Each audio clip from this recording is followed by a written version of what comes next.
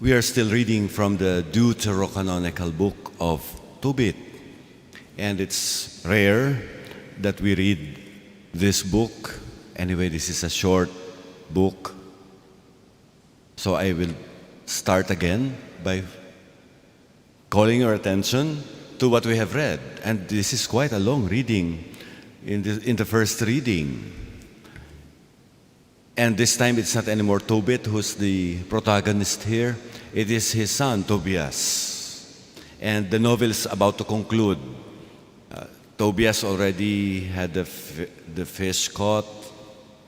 There are many things skipped already, even if the reading is long. There are many things skipped, so the reader is presumed to have known the story or to have read the story.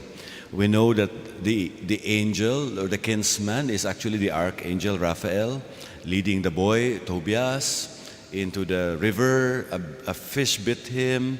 The angel instructed him to kill the fish, get the liver, the heart, and also the innards. And in a painting, in a 15th century painting, which depicted this miracle, you see the angel with the box, the innards are there, and you see the boy Tobias following the angel. There are many interpretations of this 500-year-old painting. This is also one of the earliest painters touched by Leonardo da Vinci. And some art critics say Da Vinci was allowed by his master to paint the fish and the little dog that accompany the angel and the boy. So these are the things omitted already in the story. But to use literary style to be able to just focus on this long reading, we need to identify a master trope. There are many metaphors in the narrative, but to identify something that unifies the entire story. And what could that be? What could be the master trope that unifies all of these? We see that we are here looking into the story of a wedding. In fact, a honeymoon. And on the honeymoon night, the wedding is haunted by a funeral. So you can see there's a movie, already an old movie, A Wedding and a Funeral. You cannot put the two together. A wedding is a cause for joy. A funeral is a cause for grief. And yet in this story, they occur side by side. The threat of death is always there. In fact, that was the one disclosed to Tobias. My daughter, when she marries, on the night of the wedding, when the groom takes the woman for a wife, the groom dies. And another groom comes, he dies. Another groom comes, he dies. In fact, when these two were in the room, it's not told us, in some other part of the story, they were digging his grave. So in other words, the master trope here is like the honeymoon and the digging of the grave, the merriment and the grief, the wedding and the funeral occurring together. It tells us this is like a fairy tale story, and yet the characters are dealing with something larger than life, larger than themselves. They are always hopeful, and yet they are almost hopeless. That is the story. When we turn to the gospel, we find the same master trope at work. And this is perhaps why these two readings are put side by side. It's difficult to read them. But if we find the master trope, apply the same master trope to Mark, a difficult writer, but a wonderful storyteller. What is the master trope of Mark? In this particular passage, we can say that the master trope is the scribe. We tend to think of the scribes and the Pharisees. Oh, they're always the enemies of Jesus. But wait, in this particular story, The scribe is the hero. The scribe emerges to be a wonderful guy. The background of Mark is Jesus was having enemies. In fact, Jesus himself, when he would enter the temple, would begin to be confrontational with the Pharisees. That is why they were waiting to trap him. That is what we have read in the previous narratives before this. And the scribe, when he appears to question Jesus, they are actually questioning Jesus from all over. Antipathetic questions trying to test him. And here comes the scribe. He actually asks him the easiest question.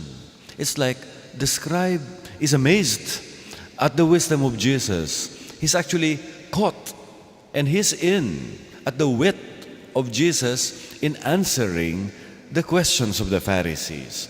So the scribe also volunteers a question. It's a rather kind question. Which of the commandments is the greatest? But it's also a trap. Because it is obvious, the commandments have number 1, number 2, number 3. The greatest would be number 1. But that is not the answer of Jesus. Jesus said, the greatest is number 1. And number 2, he adds another 1. In the first one, Jesus quotes the presumed answer, Deuteronomy chapter 6, verses 4 to 5. The Lord is God, the Lord alone, love Him. But Jesus adds something more from Leviticus chapter 19, verse 18, and that is the neighbor. This seems to be the master trope of Jesus. Do not expect that it's only 1. It can actually be 2, and you can combine both. What a genius. But wait. Towards the end of the same gospel that we have read today, the scribe still spoke. This is what is different from the rest of the conversation partners of Jesus. The rest shut up. They won't ask him any more questions. But the scribe, he continued to talk. In fact, in his talk, he embellished the answer of Jesus. You may say, what a presumptuous scribe. But we can also say, what a changed interlocutor. What a changed conversation partner this one is. So, using even some modern philosophical techniques, we can say there is scribe 1 and scribe 2 here. The same person. The old scribe asked the question. The new scribe, the changed scribe, embellished even the answer of Jesus.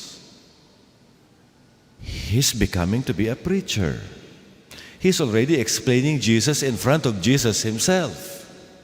Very good, Master. You're saying it's like this, it's like that. And to love the Lord with all your heart and your neighbor is more than all burnt offerings and sacrifices. This is coming from the scribe. This is not coming from Jesus. This is a changed person. We cannot anymore classify the scribe like the scribes and the Pharisees to be the enemies of Jesus. In fact, when Jesus heard this, he told him, "You're not far from the truth.